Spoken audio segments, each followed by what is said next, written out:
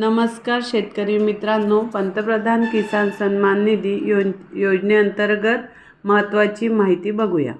नमस्कार माझ्या प्रिय शेतकरी मित्रांनो, माझ्या YouTube व्हिडिओ चॅनेलवर आपले स्वागत आहे।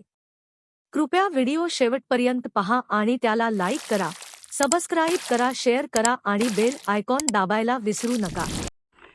शेतकऱ्यांना आर्थिक संकटातून सावरता यावे, त्यांना आर्थिक सहाय्य व्हावे या उद्देशाने पंतप्रधान किसान सन्मान निधी योजना महत्त्वपूर्ण ठरली आहे। या योजनेच्या पूर्ततेसाठी राबविलेल्या विशेष मोहिमेत सुमारे 1.94 लाख शेतकऱ्यांची ई-KYC व 3.1 लाख स्वयं नोंदणीकृत शेतकऱ्यांची नव्याने नोंदणी करण्यात आली।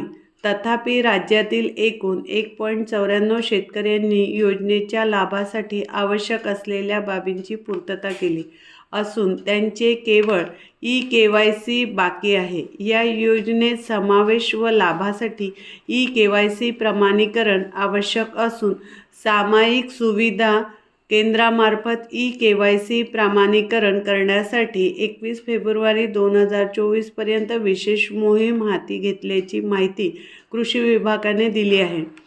विशेष मोहिमेअंतर्गत ई-KYC प्रमाणीकरण करणे, योजनेसाठी नव्याने नोंदणी करणे, बँक खाती आधार क्रमांकाला जोडणे आदी बाबींची पूर्तता करण्यासाठी शेतकऱ्यांनी समक्ष हजर राहणे आवश्यक आहे।